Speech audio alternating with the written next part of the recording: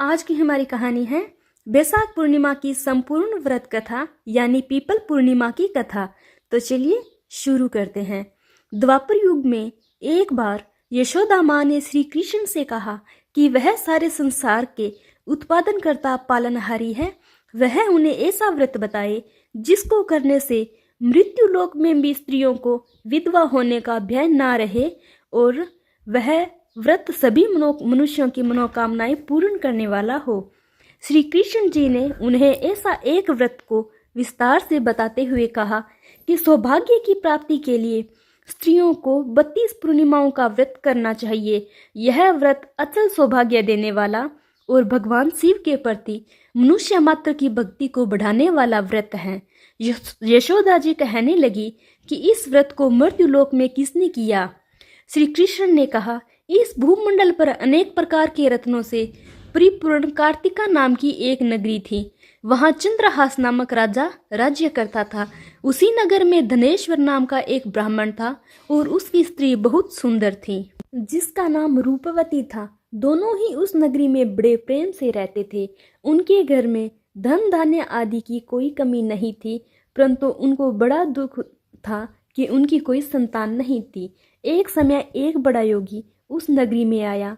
वह योगी उस ब्राह्मण के घर को छोड़कर अन्य सभी घरों से भिक्षा लेकर भोजन किया करता था।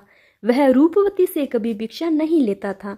एक दिन वह योगी रूपवती से भिक्षा न लेकर किसी अन्य घर से भिक्षा लेकर गंगा किनारे जाकर प्रेमपूर्वक खा रहा था। तब ही धनेश्वर ने योगी को ऐसा करते हुए देख लिया। अपनी भिक्षा के अनादर से दुखी होकर धनेश्वर योगी से कहता है कि वह सभी घरों से भिक्षा लेता है लेकिन उसके घर से भिक्षा कभी नहीं लेते। इसका क्या कारण है? योगी ने कहा कि निसंतान के घर की भीख पतितों के अन्न के समान होती है और जो पतितों का अन्न खाता है वह भी पतित हो जाता है। क्योंकि वह निसंतान है इसलिए पतित हो जाने के भय से वह उनके घर की भिक्षा नहीं लेता। धनेश्वर यह बात सुनकर बहुत दुखी हुआ और हाथ जोड़कर योगी के पैरों में गिर गया और कहने लगा कि यदि ऐसा है तो वह उसे पुत्र प्राप्ति का उपाय बताएं। वह सब कुछ जानने वाले हैं, वह उस पर अवश्य कृपा करें। धन की उसके घर कोई कमी नहीं है लेकिन कोई संतान न होने के कारण वह बहुत दुखी रहता है। वह उसके इस दुख का हरण करे। यह सुनकर योगी कहने लगे कि उन्हें चंडी की आराधना करनी चाहिए। घर आकर उसने अपनी स्त्री से पूरी बात कहकर स्वयं वन में चला गया। वहां उसने चंडी की उपासना करनी शुरू कर दी और उपवास भी किया। चंडी ने 16वें दिन उसके स्वप्न में दर्शन दिए और कहा कि उसके यहाँ पुत्र होगा, परंतु वह 16 वर्ष की आयु में ही मृत्यु हो जाएगी। यदि वह स्त्री पुरुष दोनों 32 पूर्णिमाओं का व्रत विधि पूर्वक करेंगे तो वह दीर्घायु हो जाएगा। जितनी उनके सामर्थ्य है आटे के दिए बनाकर शिव जी भगवान का पूजन करना, परंतु पूर्णिमा के व्रत 32 होने चाहिए। प्रातःकाल होने पर इस स्थान के समीप एक आम का वृक्ष दिखाई देगा। उस वृक्ष पर चढ़कर फल तोड़ना, शीघ्र उसे अपने घर चले जाना और अपनी स्त्री को सारा वृत्तांत बताना। ऋतु स्नान करने के बाद वे स्वच्छ होकर श्री शंकर भगवान का ध्यान करके उस फल को खा ले, तब भगवान शिव की कृपा से वह गर्भवती हो जाएगी। जब वह ब्राह्मण प्रातःकाल उठा तो उसने एक स्थान के पास ही आम का वृक्ष देखा जिस पर बहुत सुंदर आम का फल लगा हुआ था। उस ब्राह्मण ने आम के वृक्ष पर चढ़कर फल को तोड़ने का प्रयास किया, परंतु वृक्ष पर कई बार कोशिश करने पर भी वह चढ़ नहीं पाया। तब उस ब्राह्मण को बहुत चिंता हुई और वह विधि विनायक श्री गणेश भगवान जी की वंदना करने लगा। वह उस पर कृपा करके इतनी शक्ति दे कि वह अपने मनोरथ को पूरा कर सके। इस प्रकार गणेश जी की प्रार्थना करने पर उनकी कृपा से धनेश्वर वृक्ष पर चढ़ गया और उसने सुंदर आम के फल को तोड़ लिया। उस धनेश्वर ब्राह्मण ने जल्दी से घर आकर अपनी स्त्री को वह फल दिया और उसकी स्त्री ने अपने पति के कहे अनुसार उस फल को खा लिया और वह गर्भवती हो गई। देवी जी की असीम कृपा से एक अत्यंत सुंदर पुत्र उत्पन्न हुआ जिसका नाम उन्होंने देवीदास रखा। बालक शुक्ल पक्ष के चंद्रमा की भांति अपने पिता के घर में बड़ा होने लगा। भगवान की कृपा से वह बालक बहुत ही सुंदर, सुशील, विद्या पढ़ने में बहुत ही निपुण हो गया। दुर्गा जी की आज्ञा अनुसार उसकी माता ने 32 पूर्णमासी का व्रत रखना प्रारंभ कर दिया, जिससे उसका पुत्र बड़ी आयु वाला हो जाए। 16वां वर्ष लगते ही देवीदास के माता पिता को बहुत चिंता हो गई कि कहीं उनके पुत्र की इस वर्ष में मृत्यु ना हो जाए।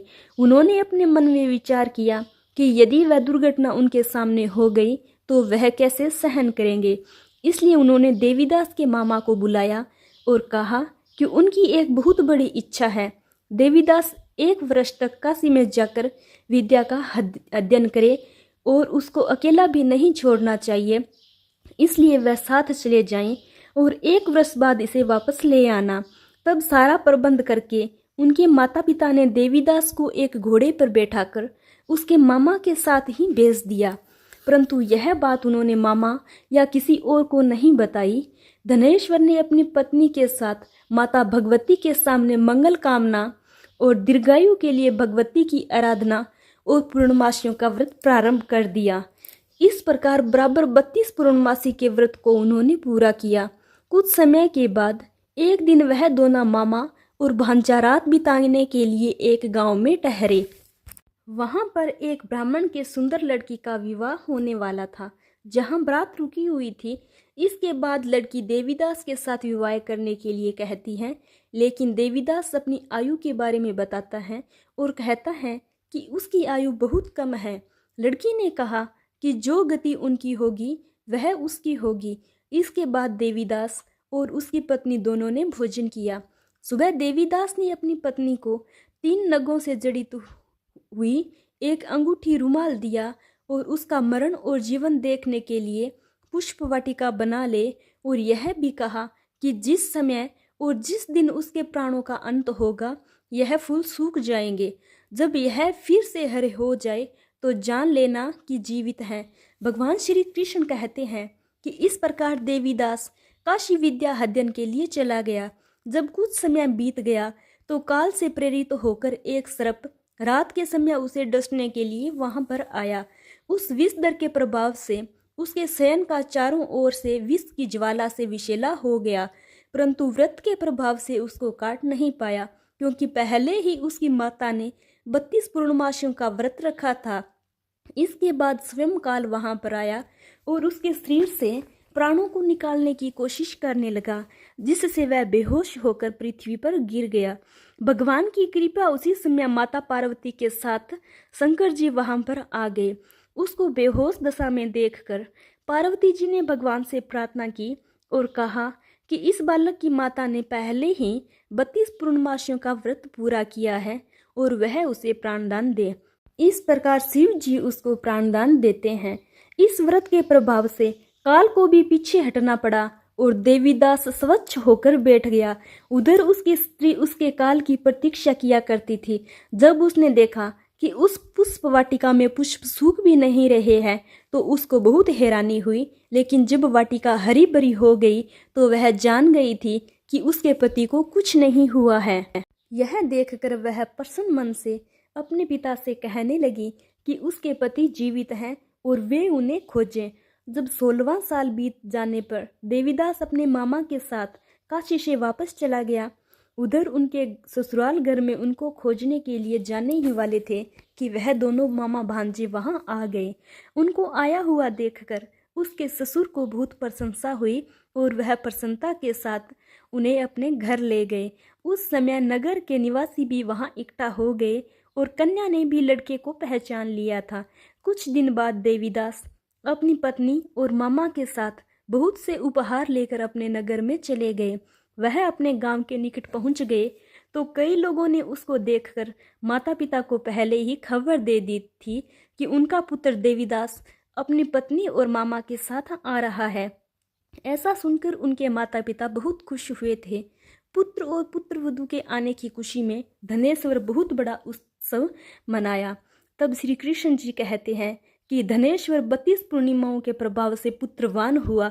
जो व्यक्ति इस व्रत को करते हैं जन्म जन्मांतर के पापों से छुटकारा प्राप्त कर लेते हैं और सुख समृद्धि और धन धान्य से अपना जीवन जीते हैं और अंत में मोक्ष प्राप्त करते हैं और दुख नहीं आते हैं उनकी जिंदगी में। इसलिए पूर्णमासी का व्रत जरूर करना चाहिए। बोलिए शिव शंकर भगवान की जय हो।